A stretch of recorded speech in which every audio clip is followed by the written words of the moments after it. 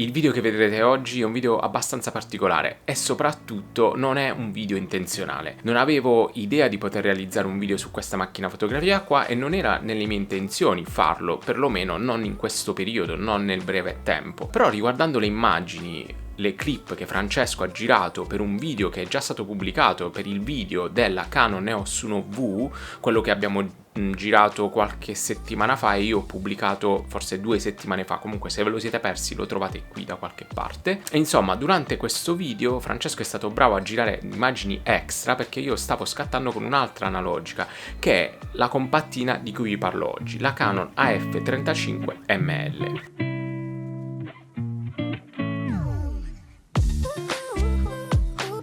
Vediamo che si è scaricata, se la apre si brucia tutto. No. Te piace la fotografia anche, no? Sì? Non sono molto ispirati di nonno. Vabbè, lui ovviamente più viaggi, foto, famiglia, non è che faceva il fotografo di professione, però ha un sacco di macchine, le ho editate tutte e prima o poi Non ci credo. sì, anche una Non geloso. medio formato. Tutti tipo 1000 obiettivi. Però sto studiando piano piano. No, comunque anch'io le ho eredicate tutte da mio papà. Ah, vedi.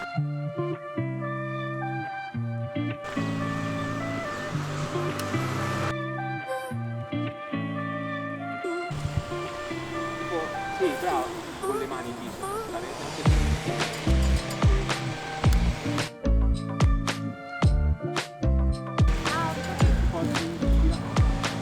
Gli occhi, sì.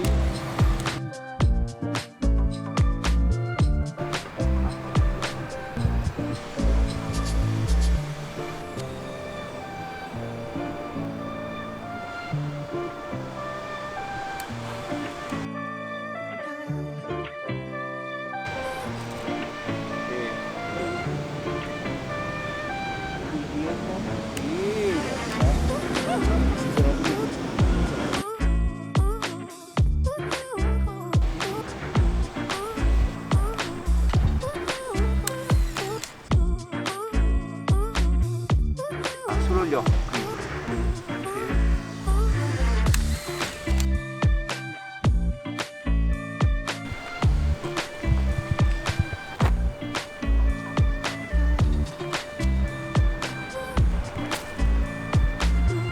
Sì, rilassa le labbra. Rilassa il fuoco, sì, attenta agli occhi, rilassa tutto, le spalle, le labbra. Sì, perfetto.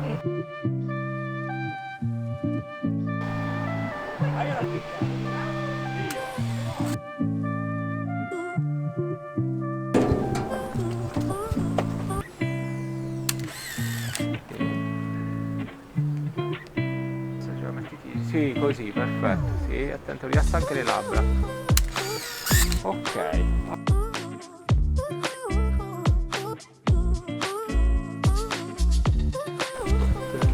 Sì, conosco.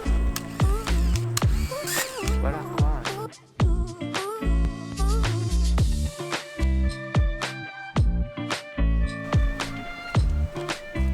Muoviti anche un po' i capelli con le mani. Sì. Sì. Ok.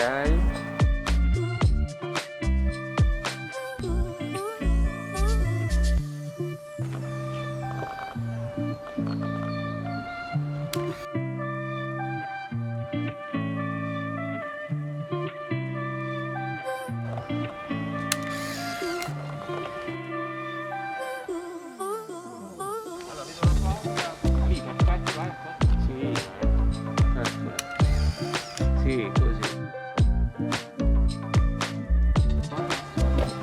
Guarda com'è.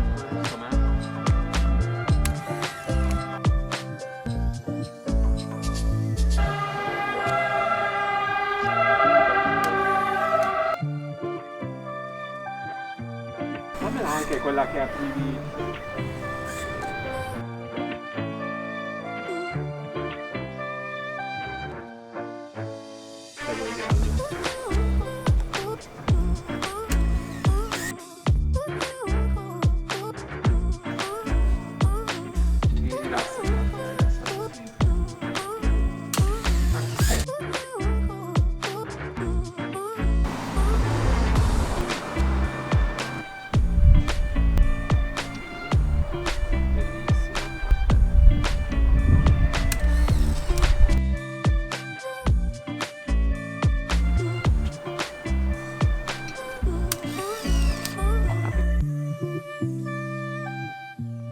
È una compatta che si atteggia da super pro e che ho comprato, è l'unica analogica che ho comprato in tutti questi anni e che ho pagato circa 45 euro 3 anni fa, forse all'inizio, proprio quando ho iniziato a produrre contenuti per questo canale YouTube, ed è una macchina che ho utilizzato tantissimo perché appunto essendo compatta è quella che riesco sempre a portarmi dietro durante i miei viaggi, durante le mie uscite, insomma è la compattina che ho sempre con me quando mi va di usarla. E in questo video i ritratti che state vedendo li ho realizzati usando delle pellicole Gold, Kodak Gold 200 ISO. La caratteristica principale di questa macchina fotografica è la lente. La lente è spaziale. Se pensate che è stata costruita su questo tipo di macchina, quindi su una compatta punta e scatta negli anni 80, una lente con luminosità f1.9 è pazzesca. È impensabile immaginare una compatta dotata di una lente così luminosa. E questo è infatti anche un po' il tallone d'Achille di questa macchina, perché mi sembra che in casa Canon abbiano pensato, si siano concentrati sulla lente e abbiano un po' tralasciato tutto il resto. Questa macchina poteva essere davvero perfetta, poteva essere un gioiellino, poteva essere una concorrente, che ne so, delle Contax, della G1, della G2,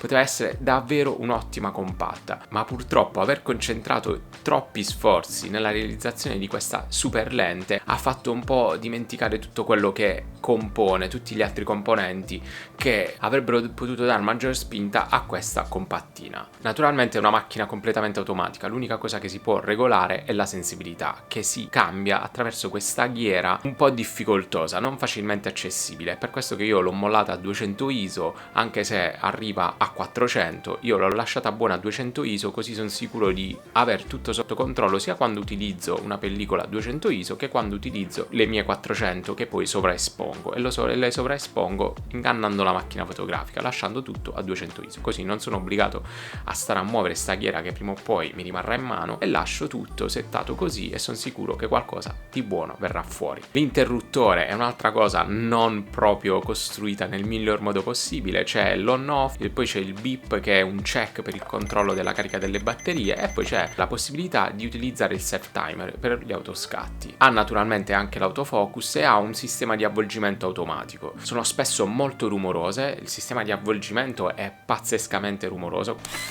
Vedi questo? Appena schiacci la foto, il rumore che farà girare tutti quelli che hai intorno.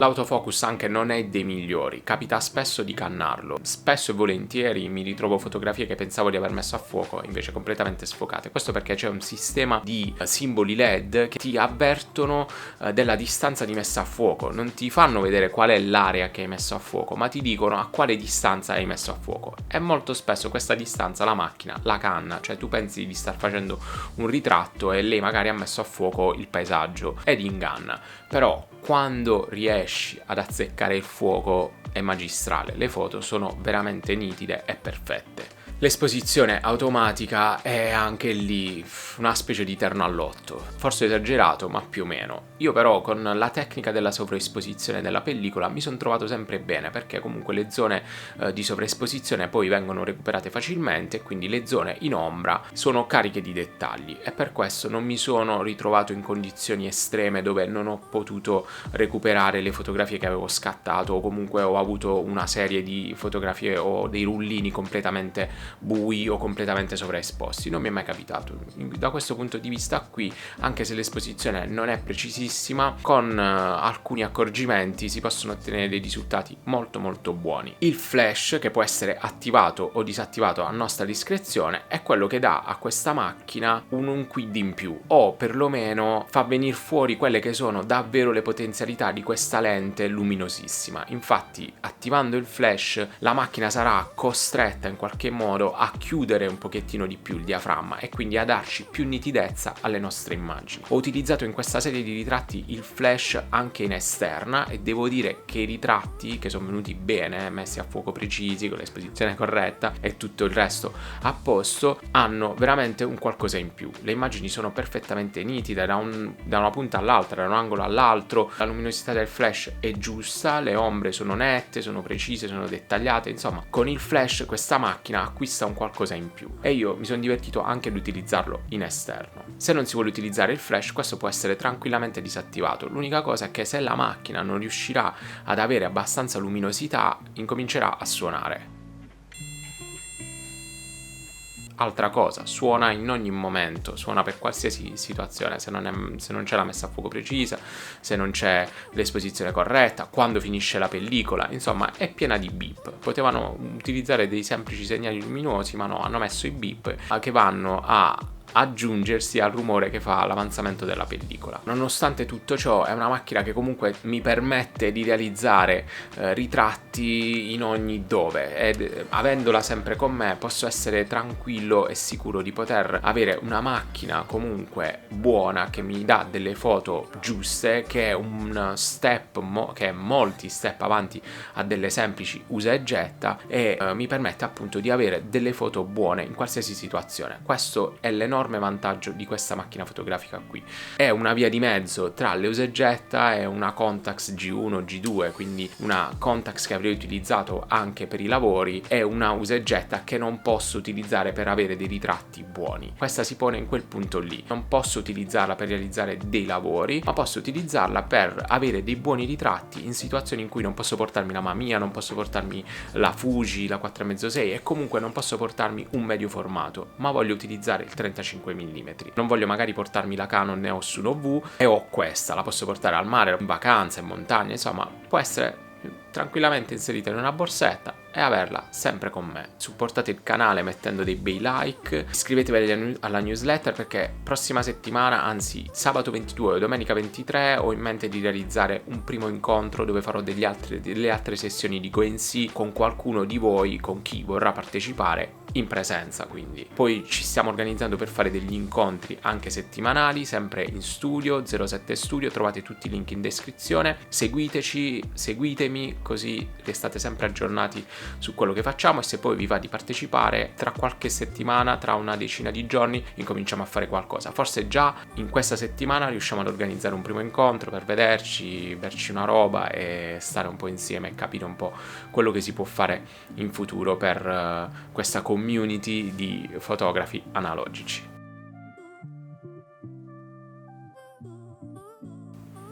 La luce che va e viene.